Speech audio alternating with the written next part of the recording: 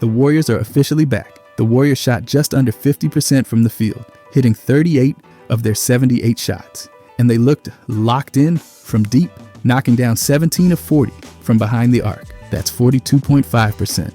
And it wasn't just one guy doing the damage. Buddy Hield came in off the bench firing, dropping 5 threes on 10 attempts, while JK nailed 4 of his 6. Steph Curry added 3 more from deep, even though he finished 3 of 9 from long range. Altogether, the spacing was deadly.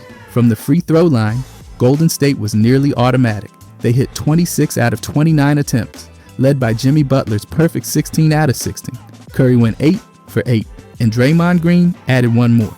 That kind of free throw shooting really helped keep the lead steady every time the Lakers tried to claw back. Rebounding-wise, they grabbed 40 total boards, with 31 coming on the defensive end.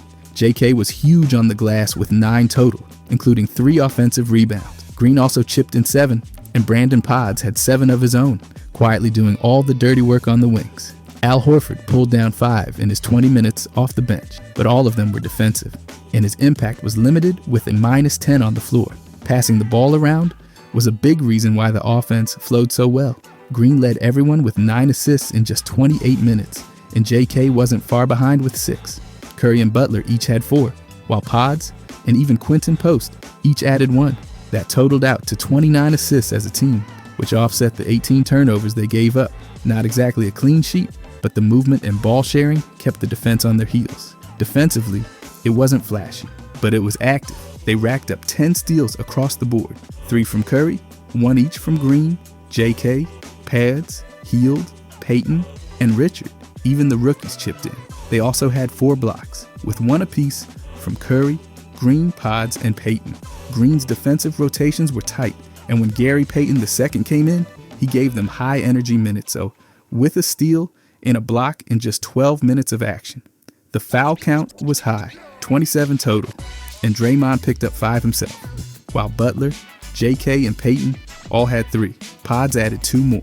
The refs were definitely blowing the whistle, especially in the first half, where the game got choppy, and both teams struggled with rhythm. When it came to overall efficiency, Butler, Curry, and JK combined for 71 points on 57% shooting and 94% from the free throw line. Butler's 31 points came on just 14 shots, and he didn't miss a single free throw. Curry finished with 23 points on 6 of 14 shooting, and JK poured in 17 while hitting over 60% from the field. That trio did the heavy lifting, but they weren't alone. Draymond's stat line didn't jump out with 8 points, but his plus 20 impact tied Butler for team best. His playmaking was constant, and his defense was a major reason the Lakers couldn't ever really take control. Podds only scored 7, but his activity led to a plus 13, and he filled in gaps all over the floor. Even though he didn't shoot lights out, his rebounding and defense added real value. The bench brought 33 points in total, with Hield leading that group with 17. He came in, lit it up from deep, and helped space the floor when Curry and Butler sat. Gary Payton added 6 points, hitting 3 of 6 shots, and brought his usual defensive energy. Will Richard went 2 for 2, including a 3, and ended up with 5 points in 14 minutes. Horford added another 5, but couldn't get much going beyond that. There wasn't much noise from Gui Santos or Quentin Post offensively. Gui didn't attempt a shot in his 3 minutes and had 1 turnover. Post played 9 minutes, had 2 rebounds, and 1 assist, and finished with a plus 5 despite not scoring. The starting 5 combined for a plus 58, which tells you everything you need to know about their dominance when they shared the floor. Even though the bench group finished with a minus 19, the lead built by the starters was more than enough to carry them through. The most effective lineup featured Green, Butler, Curry, JK, and Podds. That group gave them elite spacing, strong passing, and switch-heavy defense that kept the Lakers guessing. Despite the turnovers, the ball movement and spacing never really dropped off. Green, Podds, and JK were moving it side to side, and that led to open looks for shooters like Hield and Curry. Even when the Lakers made a push late, that same core group stayed composed and held the lead. Every player brought something.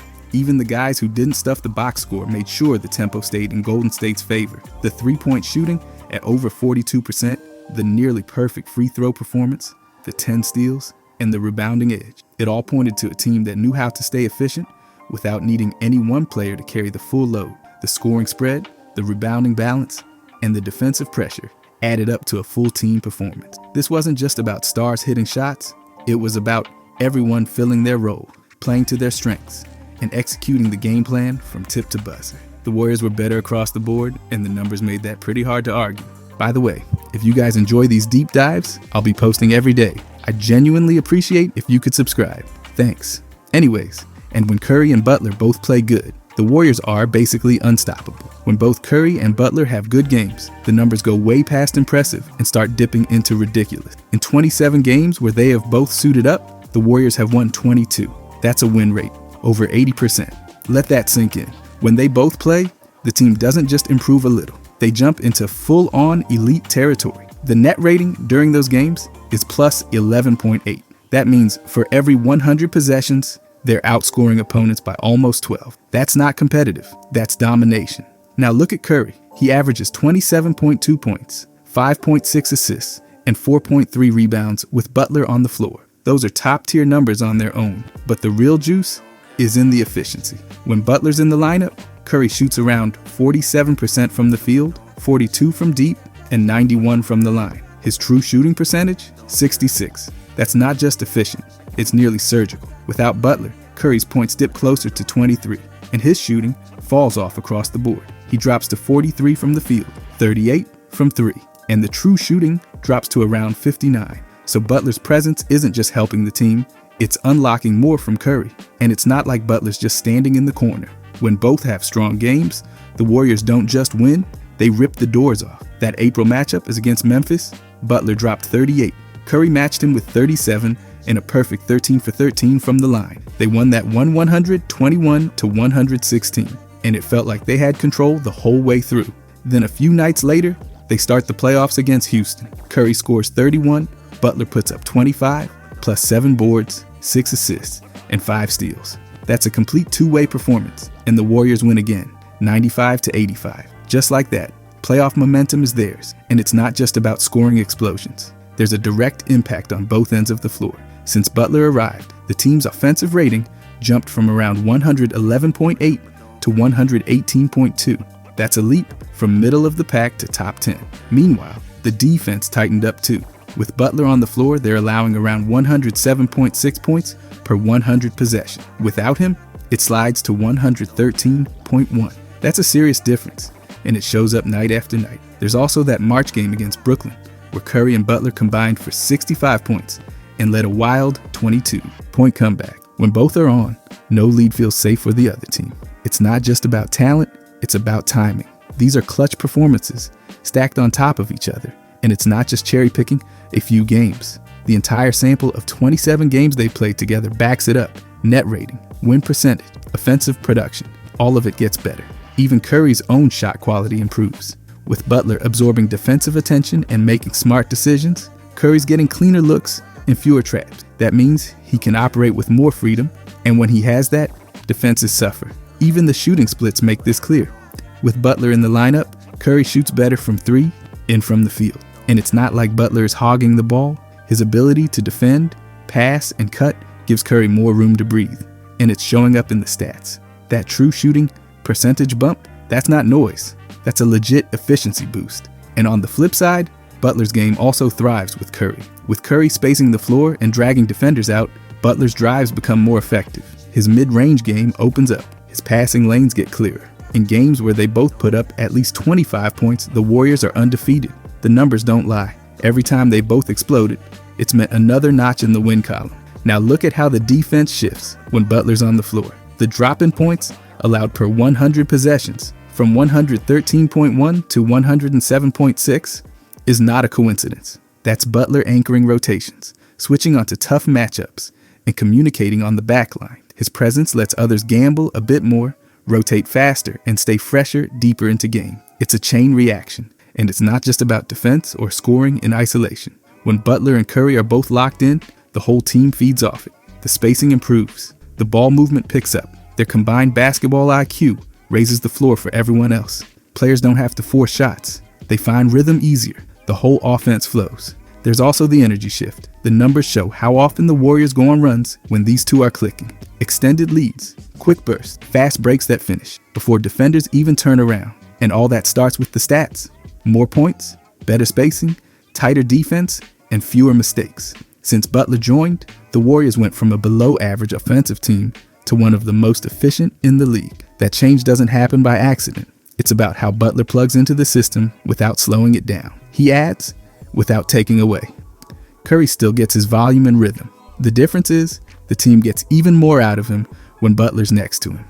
It's also worth noting that Curry's assist numbers hold steady, even with Butler playing. That means he's still creating, still drawing defenders, and still dishing at a high rate. And when Butler gets the ball, he's efficient. He finishes at the rim, hits key mid-range shots, and keeps the offense humming. So when both players post strong games, it's not a question of if the Warriors win, it's by how much. The net rating jumps, the offense gets more efficient, the defense locks down, and the team takes control. And sure, there's only 27 games so far. That's not a massive sample. But when the results are this consistent, it's hard to ignore. Every advanced metric points the same way. Offensive rating goes up, defensive rating goes down. True shooting percentages rise, the team wins more, and they win by more. You can even see it in the breakdown of shooting splits. With Butler on the floor, Curry shoots better from everywhere. Mid-range, deep three, even at the line. He's just more comfortable. And that comfort shows up in the scoring. Nearly 4 more points per game when Butler plays. That's a big deal over a full season. Even fan-sourced data backs it up. Not because it's ironclad, but because it lines up with the official metrics. And while you have to treat those numbers carefully, they echo what the verified stats already show. When Curry and Butler are both going off, the Warriors become a different team, a better team, one that looks dangerous every time down the court. The shift in offensive rating from 111.8 to 118.2 also says a lot about their impact. That kind of jump takes them from average to elite, from playoff hopeful to championship threat. And it's not fueled by random streaks. It's by consistent high-level play from two guys who know how to win. So yeah, the sample might be small, but the data is loud. When Curry and Butler both show up, the Warriors don't just compete, they dominate. The numbers back it every step of the way. And to make things even better, I've teamed up with DraftKings Sportsbook, the go-to app for every basketball fan who loves being part of the action. The season's heating up, and there's no better time to jump in. Right now, new customers can bet $5 and get $300 in bonus bets if your bet wins, plus 3 months of NBA League Pass on us. That means you can watch every dunk, block, and buzzer beater while your bets play out live. Again, new customers bet $5 and get 3 months of League Pass on us, and $300 if your bet wins, paid in bonus bets. Just sign up with promo code ModernJam to claim the offer. And if you love the thrill of live betting, DraftKings has you covered. Bet on player props and in-progress games as they happen. Want an even bigger payout? Try same-game parlays and stack those picks. So what are you waiting for? Download DraftKings Sportsbook, sign up using promo code ModernJam, and let the games begin. The crown is yours. But we can also say the same for how good the Warriors are when JK has a good game. When JK plays well, the Warriors shift gears, and the numbers back that up. During last season, JK averaged 15.3 points, 4.6 rebounds, and 2.2 assists per game. Solid baseline numbers, sure, but the story changes fast when he levels up. In one extended stretch of 44 games, starting January 1st, JK averaged 18.5 points, 5.4 rebounds, and 2.9 assists, while shooting 54% from the field. That's not a flash, that's consistency over nearly half a season. And when he's producing like that, the Warriors' offense looks totally different. There's no debate that his offensive efficiency improves when he's active and confident. Take his perfect shooting night on January 24th. He hit every single shot, going 11 for 11 from the field. Not one miss. That tied the franchise record for most field goals made in a game without a miss. It's not just clean, it's almost surgical. That kind of night lifts the team's efficiency across the board. It's not theoretical, it's math. Then there are the back-to-back games in late December. On the 27th, against the Clippers, JK dropped 34 points, grabbed 10 rebounds, and dished out 5 assists. The very next night, against the Suns, he did it again, 34 more, with the Warriors taking the win. Consecutive 30-plus performances, different opponents, different outcomes, but the offensive production didn't drop. When he's hot, he sustains it, and the team rides the wave. Look at his playoff stretch too. Across 8 games, JK averaged 15.3 points on 48.4% shooting from the field and 40% from deep. That's playoff level efficiency. He's not just contributing, he's doing it under pressure. when every possession matters more. That kind of scoring gives the Warriors another weapon that defenses have to worry about. Now zoom out. Across his career, JK has averaged around 12.5 points per game and 4 rebounds, shooting about 50.7% from the field. Those numbers are solid, but they get a noticeable bump during high usage stretches. His offensive rating in the 24 season was 116.7. That's already a positive indicator. When he's engaged, that number climbs even more, especially when his touches increase. The 44-game stretch where he averaged 18.5 points wasn't just more scoring, it came with better percentages. He was more aggressive, finishing through contact, getting to his spots, and not settling. And the efficiency? It held steady. When someone is taking more shots and still hitting over 54%, that tells you their scoring isn't just volume, it's quality. Even his role in the offense reflects this growth. According to positional data, he functions as a mobile forward with movement-based responsibilities. He's not a standstill shooter or a traditional big. He moves, cuts, drives, handles in transition, and creates secondary offense. That opens the floor. So when he's playing well, it's not just the scoring. His movement shifts defenders, creates spacing, and allows for better team flow. Those ripple effects aren't flashy, but they're visible in the team's overall offensive rhythm. JK's ability to attack the rim also adds a layer the Warriors lack when he's off. He doesn't rely on the three.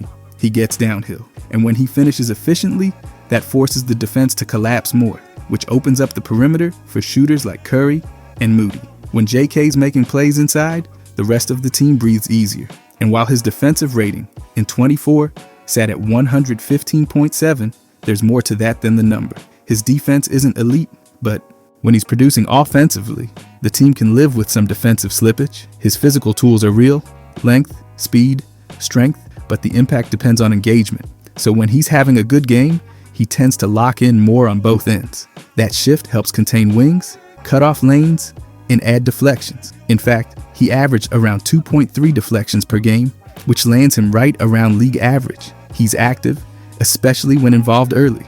Looking at advanced metrics, his creation stat of 4.7 shows that when he's on the ball more, he can manufacture offense, not just for himself, but for others. He doesn't need to run the offense, but in a secondary role, he's effective at attacking closeouts and hitting cutters. That kind of versatility becomes crucial when primary options are smothered. And in terms of efficiency, his true shooting percentage sits at around 55.1%, which is modest, but climbs significantly during those good game stretches. During that 44-game run, the shooting percentage went up to 54 from the field. That consistency tells a clear story. He's not just streaky. When given minutes and rhythm, he sustains production.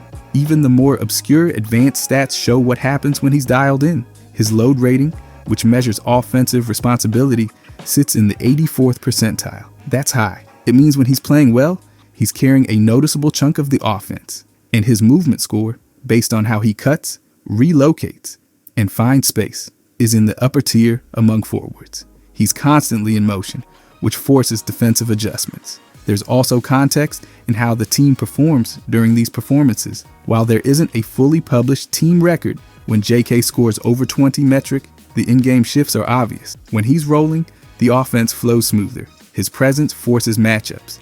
And when opponents try to go small, JK takes advantage with size and athleticism. When they go big, he beats them off the dribble. That matchup nightmare effect helps the Warriors control tempo. His rim frequency stat, how often he attacks the paint, is around 31.5%. That's solid. And when you pair that with a field goal percentage over 50, it's clear that when he plays well, the Warriors are getting high-quality interior looks. That's a big deal for a team that sometimes lives and dies by the three. The Warriors' offense becomes less predictable when JK's involved. He's a change of pace, a physical scorer who doesn't need a screen to get downhill. That kind of straight line power adds something different from their usual ball movement heavy style. And when it's working, the defense stretches thin trying to account for him without giving up open looks to Curry or Jimmy. Another underrated impact of a good JK game is how it affects rotations. When he's playing well, Kerr can afford to rest starters longer. JK soaks up real minutes and keeps the scoring alive. That flexibility pays off in the fourth quarter when fresh legs make the difference. Even from a minute-to-minute basis, the uptick in production matters. During games where he plays at least 30 minutes, his scoring numbers jump. And in those higher minute games, the Warriors tend to compete at a higher level. More minutes usually follow better play, so it's a feedback loop. Play well, get minutes, stay involved, keep producing. His back-to-back 34-point games are a great example of what that can look like. One came in a loss, but the output was elite. He didn't drop off. He followed it up the next night with the same result. That consistency matters. It means his good games aren't just random explosions. They show repeatable traits. And for a young player, that's gold. And it's not just scoring. The assist numbers climbed during his better games too. During that 44-game stretch, his assists bumped up to nearly 3 per game. That may not sound like much, but for a forward who's not a primary playmaker, that's meaningful. It shows improved vision, confidence, and decision-making. Even his rebounding becomes more impactful. When he's engaged offensively, he tends to attack the glass more aggressively. In those better games, he's grabbing more boards, keeping plays alive, and turning defense into transition buckets. His offensive rebounding percentage sits around the 32nd percentile, which isn't elite, but again, it rises with energy. Good games tend to come with more hustle, and hustle changes possessions. His versatility rating, measured by how many different roles and positions he plays effectively, is in the 80th percentile. That's a huge value point. When JK's on, he can guard 3s or 4s, run in transition, and even switch onto guards in short stretches. That lets Kerr tweak matchups without having to yank other players off the floor. So while we don't have a published net rating for when JK plays well, everything we do know shows a positive trend. The team scores better, rotates smoother, and gains flexibility. He gives the Warriors a different look, one that breaks patterns and forces teams to adjust. He's not the engine, but when he's firing, the car moves faster. And while his defense still needs work, his crafted defensive plus-minus sits around -0.3, the offensive bump more than compensates when he's rolling. When the team needs a spark, JK's upside becomes the match. High-efficiency scoring, transition bursts, and mismatches everywhere. That's what happens when JK plays well. The Warriors stretch the floor, ramp up the pace, and score more efficiently. The stats say it all. And we can also say the same for how good the Warriors are when Draymond is passing like he did tonight. When Draymond Green is passing at an elite level, the Warriors operate like a completely different machine. His career average sits at 5.6 assists per game. But when he goes above that and hits the 8 or 9 mark, the entire team's flow transformed. And that's not just about tallying assists on the box score. Green's passing unlocks shooters, slashes open the lane, and sets the tempo for everything else they do. When he's dialed in, the Warriors get significantly more efficient, and the numbers prove it. Start with this. Last season, when Green's facilitating clicked, the Warriors posted an offensive rating of 116.2. That's a top-tier offensive clip. Defensively, they sat at 110.3. That means a net rating of plus 5.8, strong enough to win most games. And when Green is firing passes into tight windows, flipping quick reads, and acting as a pivot point, that net rating tends to stay positive. Dig into the player level numbers, and you see just how much of a glue piece he is. His passer rating, according to advanced models, hits 8.4, which lands him in the 96th percentile. That puts him ahead of over 93% of players in terms of pass quality and impact. He's not just making the simple swing, he's setting up high-value shots, often from behind the arc or at the rim. Green's creation metric, which reflects how much offensive opportunity he's generating, lands at 5.3, good enough to land in the 80th percentile. That's elite for a non-guard. He's not a point guard by title, but he plays like one in Kerr's motion-heavy offense. That hybrid playmaker forward role lets him dictate action without needing to score. Look at the games where his assist total spikes. When he gets over 8 assists, it's usually in games where the ball is popping. Warriors team passes per game spike above 336 when that happened, and their assist percentage climbs to over 72%. That means almost 3 out of every 4 buckets are coming off an assist, and Green is usually involved in that chain. Even if it's not the final pass, his hockey assists and handoffs set the dominoes falling. His on-off numbers say even more. When he's on the floor, the Warriors are almost 3 points per 100 possessions better than when he's off, and more than 60% of the time. Games where he plays end with him in the positive on plus-minus. He's not just out there running around, he's driving results. His turnover rate when facilitating is actually lower than you'd expect too. His controlled turnover percentage sits at 12.5. That's only the 7th percentile. That's not great on its own, but it becomes more forgivable when you consider the complexity of his passes. He's threading post entries, no looks, skip passes, and bounce feeds, many of which are made on the move. He's taking risks to get shooters free, and when those passes land, the team scores in bunches. Now take a look back at his peak passing season. 2015 to 2016. That year, Green averaged 7.4 assists per game. The team went 73-9. That version of the Warriors moved the ball like it was on fire, and Green was the accelerant. His passing wasn't just high volume, it was intelligent, deliberate, and exactly what unlocked the rest of the system. Since February 8th of the 2025 season, the Warriors have led the league in passes per game and assist percentage. That's not a coincidence. Green has been healthy, active, and more involved as a point forward during that stretch. When he's in that mode, the Warriors become the most pass-heavy and connected offense in the league. But even beyond assists, Green's passing value shows up in indirect ways. The Warriors crafted OPM stat, offensive plus minus, which measures overall offensive value, puts Green at -1.2. That might seem low, but again, it doesn't factor in the secondary and tertiary creation. He's the spark that doesn't always light the flame himself. He hands the torch to someone else, and they finish the play. Green's portability, how easily his game fits alongside different lineups and roles, is in the 95th percentile. That's the hidden key. He doesn't need to dominate the ball or score to impact the game. When he's passing well, shooters eat, cutters thrive, and spacing improves. The opposing defense has to adjust constantly because every dribble handoff or backdoor screen could turn into an assist. His floor mapping is elite.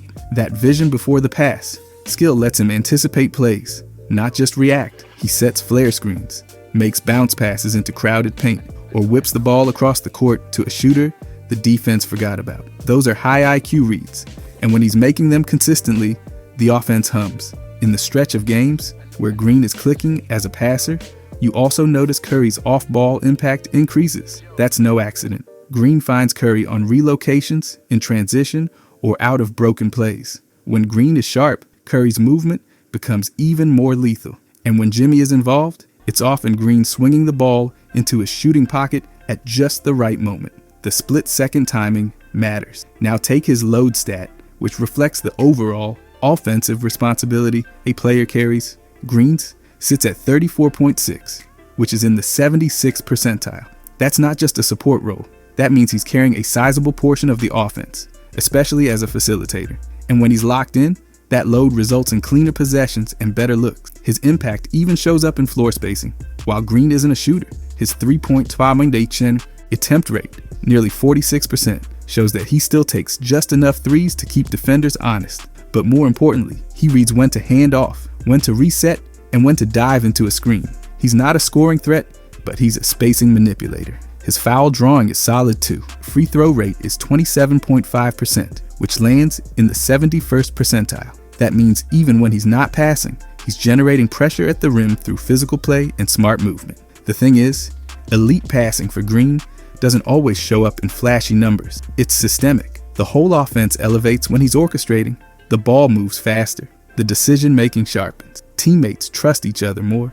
When Green sets the tone, the dominoes fall in the Warriors' favor. And that's why the net rating matters so much. When Green is in full facilitator mode, the team is plus 5.8 per 100 possessions. That's playoff level efficiency. It means they're consistently winning those stretches. Add to that the Warriors' 60.5% rate of games, where Green finishes with a positive plus minus. And you've got a strong pattern of him making real, repeatable impact. When he's distributing well, the Warriors also play faster. Not necessarily in pace of play, but in ball movement. They get into sets quicker, they pass more, they take higher quality shots. It's no surprise that they lead the league in assist percentage when Green is actively facilitating. He sets that tone. Even the lineup versatility increases. Green allows the Warriors to go small because he can guard bigs and also run the offense. That flexibility lets Kerr roll out fast, mobile lineups that outscore opponents, even without a traditional point guard on the floor. And again, it's not just when Green hits 10 assists, it's when the offense is flowing through him.